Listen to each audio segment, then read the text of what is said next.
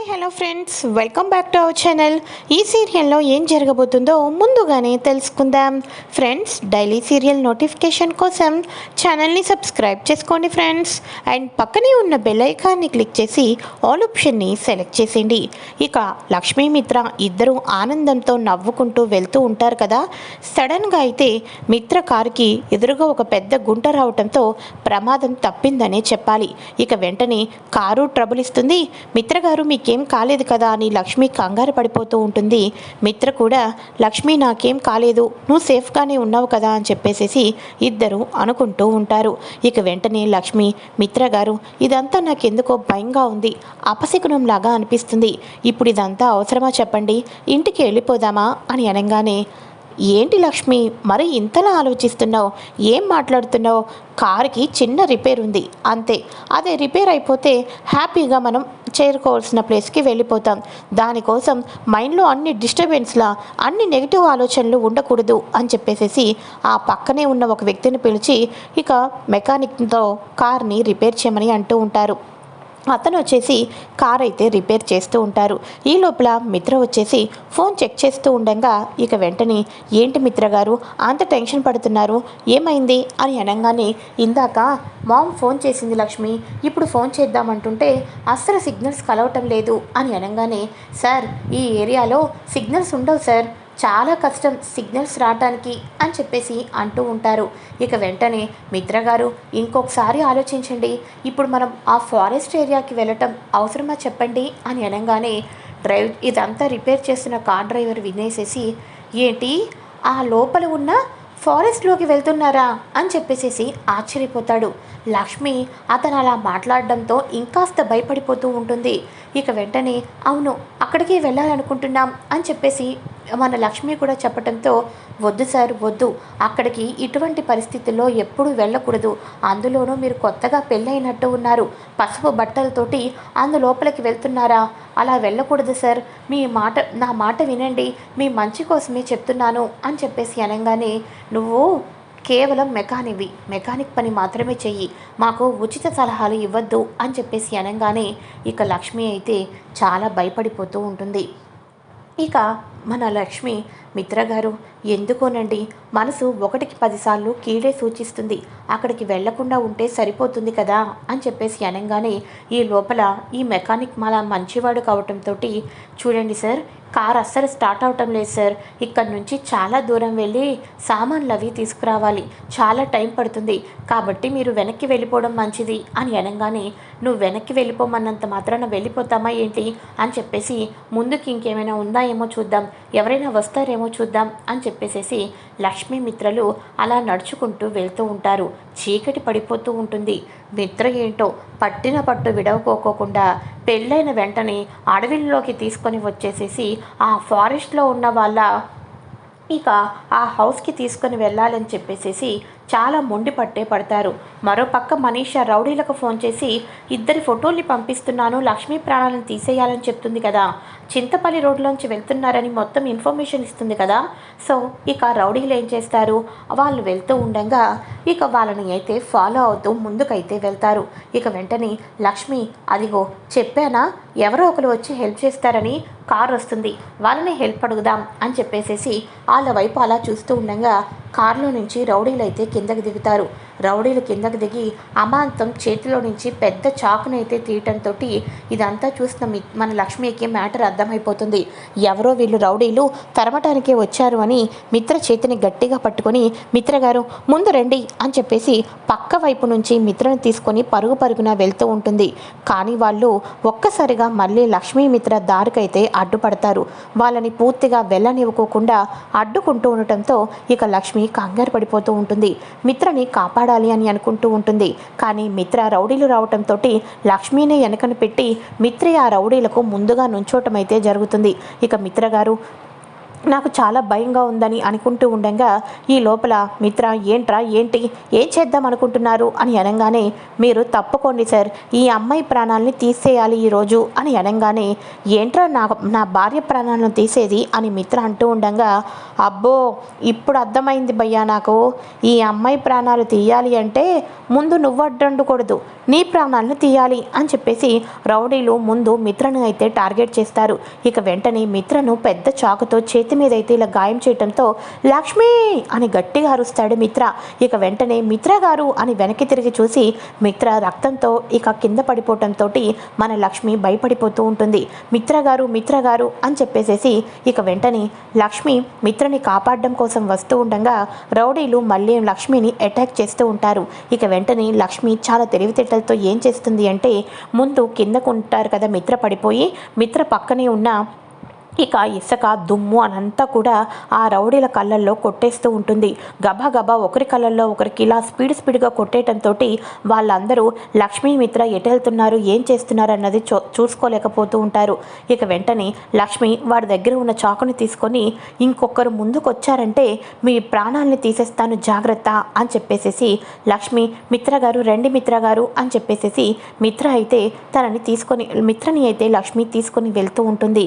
చివరాకరు ఇక అక్కడ ఒక చిన్న ఇరిగిపోయిన లాంటి తోపుడు బండి ఉంటే ఆ తోపుడు బండిలో వేసుకొని మిత్రగారు మీకేం కాదు మిత్రగారు అని చెప్పేసేసి మిత్రని అయితే తీసుకొని వెళ్తూ ఉంటుంది. మిత్రని అలా తీసుకొని వెళ్తూ ఉండగా ఎక్కడ దాకా వెళ్ళారు ఏమయ్యారు అని అనగానే మీరు పంపించిన అమ్మాయిని చంపాలి అంటే పక్కన ఒక అబ్బాయి ఉన్నాడు, ముందు అతన్ని మేము ప్రాణాలు తీయాలి కదా, అందుకనే ముందు అతన్ని టార్గెట్ చేశాం అని అనగానే ఓ షిట్ అతనికి ఏమీ కాకూడదు, అతను ఏమైనా అయ్యారంటే నేను మిమ్మల్ని ఒక్కొక్కరిని వదిలిపెట్టను జాగ్రత్త, టార్గెట్ అంతా ఫోకస్ అంతా ఆ అమ్మాయి మీదే చేయండి, లక్ష్మిని మాత్రమే మీరు టార్గెట్ చేయాలి, మిత్రకు ఏమీ కాకూడదు గుర్తు పెట్టుకోండి అని చెప్పేసి అనగానే అవునా మేడం సరే అయితే అని చెప్పేసేసి ఆ పక్కనే ఎక్కడో కొంచెం నీళ్లు కనిపిస్తే నీళ్ళని గట్టిగా మొహం మీద కట్టుకొని మళ్ళీ అయితే వాళ్ళ వెనకాతల పడుతూ ఉంటారు. ఈ లోపల మిత్రకు మెల్లమెల్లగా స్పృహ అంతా కూడా లైట్గా వస్తుంది, కానీ చేతికి గాయమయ్యి నొప్పి వస్తూ ఉంటుంది. మిత్రగారు మీరు ఏం కంగారు పడద్దు అని లక్ష్మి మిత్రని తీసుకొని వెళ్తూ ఉంటుంది. ఈ లోపల రౌడీలు వచ్చి ఏయ్ ఆగమని చెప్తున్నానా అని చెప్పేసి అంటూ ఒక పెద్ద రాయిని లక్ష్మి మీదకైతే విసురుతారు. ఆ రాయి వచ్చి లక్ష్మి తలకైతే కొట్టుకుంటుంది. లక్ష్మి తలకు రక్తం అయితే వచ్చేస్తుంది. ఇక వెంటనే క్షణం కూడా ఆలోచించుకోకుండా ఇంకా ముందుకైతే వచ్చేస్తుంది. ముందుకు రావటంతో ఆ అడవి ప్రాంతంలో నుంచి కొంచెం జనాలు కనిపిస్తూ ఉండటంతో లక్ష్మి ఊపిరి పీల్చుకుంటుంది. ఇక వెంటనే లక్ష్మి వచ్చేసేసి మిత్రని పట్టుకొని హాస్పిటల్కి అయితే వెళ్తుంది.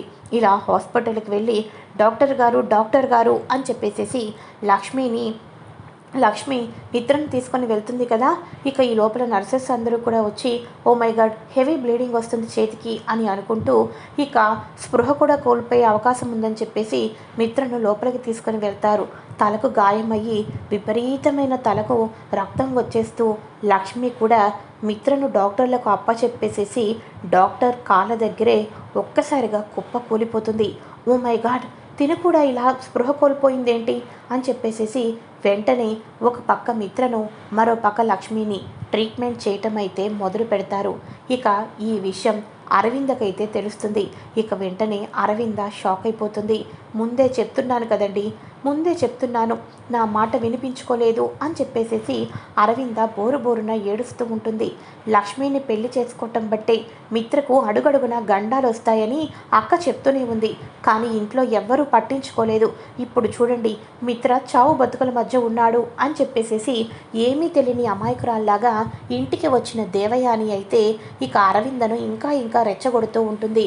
అక్క హాస్పిటల్ నుంచి కేవలం మనం మిత్రను మాత్రమే తెచ్చుకుందాం, లక్ష్మిని మళ్ళీ ఇంట్లో అడుగు పెట్టినిస్తే ఇంకేమైనా ఉందా, అప్పుడు ఇంకా మిత్రను మనం ఏం చూడాల్సి వస్తుందో, ముందు మిత్ర గురించి ఎటువంటి చెడు వార్తలు వినాల్సి వస్తుందో నాకు చాలా భయంగా ఉంది అని అనగానే జయదేవ్ దేవయాని కాసేపు సైలెంట్గా ఉంటావా, మిత్రకు క్షేమంగానే ఉంటాడు, ఏం వార్త వినాల్సి వస్తుందా అని ముందుగానే నువ్వు చెడుగా ఎలా ఆలోచిస్తావు, ఎలా ఊహిస్తావు, అరవింద నువ్వేం భయపడద్దు, పద మనం హాస్పిటల్కి వెళ్దాం అని చెప్పేసేసి హాస్పిటల్కి అయితే వెళ్తారు. మిత్రకు చేతికి కట్టు కడతారు. అంతేకాకుండా ఒక బాటిల్ బ్లడ్ ఎక్కిస్తారు. ఇక పెయిన్ కిల్లర్స్ అవి ఇవి ఇస్తటంతో మిత్ర బాగానే ఉంటారు. అరవింద వాళ్ళు వచ్చి నాన్న మిత్ర ఆర్ యు ఓకే, నీకేం కాలేదు కదా నాన్న అని అనగానే చిన్న దెబ్బేమో, ఇక దానికి బ్లడ్ని చూసి నాకు కళ్ళు తిరిగిపోయినాయి, అందుకని చెప్పేసేసి నేను మాట్లాడలేకపోయిన స్థితిలో ఉన్నాను అని చెప్పేసేసి అనుకుంటూ ఉంటారు. అయితే ఇక ఇదిలా ఉండగా ఇక మిత్ర ఇంతకీ లక్ష్మి ఎక్కడా, లక్ష్మికి ఎలా ఉంది అని చెప్పేసి అంటూ ఉంటే జయదేవ్ వీళ్ళందరూ కూడా లక్ష్మి దగ్గరికి వెళ్తారు. లక్ష్మి పూర్తిగా స్పృహ కోల్పోతుంది. తలకు పెద్ద గాయమయ్యి తలకు బ్లీడింగ్ అనేది వస్తుంది కదా, విపరీతంగా బ్లడ్ అనేది వచ్చేస్తుంది అని డాక్టర్లు అయితే అసలు బ్లడ్ ఆగటం లేదని, తనకు బ్లడ్ ఎంత ఎక్కిస్తున్నా మళ్ళీ అది వచ్చేస్తుంది కాబట్టి మేము సర్జరీ చేస్తున్నాం, మీరు కాసేపు వెయిట్ చేయాల్సి ఉంటుంది అని చెప్పేసి డాక్టర్లు అయితే చెప్తూ ఉంటారు. కానీ లక్ష్మికి ఒరేయ్ మన టార్గెట్ లక్ష్మి అంటారా, కాబట్టి ఒక రాయి ఇస్తే దెబ్బకు ప్రాణాలు పోతాయిరా, మనీషా మేడం లేకపోతే మనల్ని ప్రాణాలు తీసేస్తుందిరా అన్న మాటలు లక్ష్మికైతే అడవిలోనే వినిపిస్తాయి. ఇక వెంటనే మన లక్ష్మికి ఇదంతా చేస్తుంది మనీషా అన్న విషయం కూడా పూర్తిగా తన చెవులకైతే వినిపిస్తుంది. ఇక ట్రీట్మెంట్ చేస్తున్నప్పుడు కానీ మన లక్ష్మీ చెవులకు ఇదంతా చేపిస్తుంది మనీషారా అన్న మాటే పదే పదే గుర్తుకు వస్తూ ఉంటుంది. ఇలా డాక్టర్లు ట్రీట్మెంట్ చేస్తూ ఉంటారు. ట్రీట్మెంట్ చేసిన తర్వాత 6-5 అవర్స్ తర్వాత అప్పుడు తను కోలుకునే అవకాశం ఉంది, కళ్ళు తెరుస్తుంది. కాబట్టి మీరు ఎక్కువ డిస్టర్బెన్స్ చేయొద్దు, తను కోలుకున్న తర్వాత మిగతా ట్రీట్మెంట్ అన్నది స్టార్ట్ చేస్తాం అని చెప్పేసి అనగానే సరే డాక్టర్ అని చెప్పేసి అంటూ ఉంటారు. ఇక వెంటనే మెల్లమెల్లగా సంజన అలానే ఇక మిత్ర అందరూ కూడా వెళ్తూ ఉంటారు. ఇక వాళ్ళందరినీ చూసి లక్ష్మి భయపడిపోతూ ఉంటుంది. వాళ్ళెవరిని చూసి లక్ష్మి గుర్తుపట్టలేని స్థితిలో ఉంటుంది. అప్పుడు డాక్టర్లకు అర్థమవుతుంది ఏంటి అంటే తను తలకు పెద్ద గాయం తగలడం మూలాన లక్ష్మి గతాన్ని మర్చిపోయింది. ఆ గతం తిరిగి ఎప్పుడు వస్తుంది, ఎలా వస్తుంది, తన తలకి బ్లడ్ ఎలా క్లాట్ అయింది, ఇవన్నీ కూడా డాక్టర్లు మిత్రకు చెప్తూ ఉంటారు. దేవయానికి ఆనందం, సంతోషం. ఈ గుడ్ న్యూస్ని అర్జెంటుగా ఫోన్ చేసి మనీషాకి చెప్పాలి అని చెప్పేసేసి మనీషా లక్ష్మి గట్టి పిండమే, చచ్చిపోలేదు, కానీ మిత్రను గుర్తుపట్టడం లేదు, ఎవరిని గుర్తుపట్టడం లేదు, ఒక పిచ్చిదానిలాగా ఉంది ఇక్కడ అని చెప్పేసేసి మనం లక్ష్మీ ప్రాణాలని తీపిద్దామనుకున్నాం, కానీ ఈ రకంగా అయ్యింది, ఏదైనా మనకి ఇది గుడ్ న్యూసే కదా అని చెప్పేసేసి దేవయాని ఫోన్లో మనీషాతో మాట్లాడుతూ ఉంటుంది. అదే సమయంలో సంజన వదినకి ఎలా ఉందని చెప్పేసేసి హాస్పిటల్కి వచ్చి వాళ్ళ అమ్మ మనీషాతో మాట్లాడిన ప్రతి మాట కూడా సంజన వినేసేసి ఆశ్చర్యపోతూ ఉంటుంది. అసలు వీటన్నిటికీ యాక్సిడెంట్ ఇక్కడ కారణం మనీషానా అని చెప్పేసేసి ఆశ్చర్యపోతూ ఉండి వెనక్కి తిరిగి చూసేసరికి దేవయానికి తన కూతురు కనిపిస్తుంది. మరి దేవయాని ఏ రకంగా మాట మార్చబోతుంది, సంజన వదినకు ఇలా జరిగిందని ఫస్ట్ వదినను చూడటానికైతే వెళ్తుంది. మరి ఆ తర్వాత ఎపిసోడ్లో అరవింద లక్ష్మికి అటువంటి పరిస్థితిలో ఉన్న తర్వాత ఏ నిర్ణయం తీసుకోబోతుంది, దీక్షితులు ఎప్పుడు స్పృహలోకి రాబోతున్నారు, మనీషా వాళ్ళు ఏం ప్లాన్ చేయబోతున్నారు, ఇదంతా కూడా ముందుగా తెలుసుకోవాలి అనుకుంటే ఛానల్ని సబ్స్క్రైబ్ చేసుకొని పక్కనే ఉన్న బెల్ ఐకాన్ని క్లిక్ చేసి ఆల్ ఆప్షన్ని సెలెక్ట్ చేసేయండి ఫ్రెండ్స్. తర్వాతి ప్రోమోలో ఏం జరుగుతుంది అంటే లక్ష్మిని ఇక డిశ్చార్జ్ అయితే చేసేస్తారు. డిశ్చార్జ్ చేసిన తర్వాత మిత్ర ఒక పసి పాపలాగా లక్ష్మిని కంటికి రెప్పలా చూసుకుంటూ లక్ష్మికి సేవలు చేస్తూ ఉంటాడు మన మిత్రానంద్. ఈ వీడియో కనుక మీకు నచ్చినట్లయితే లైక్ చేయండి friends. Thanks for watching. Bye.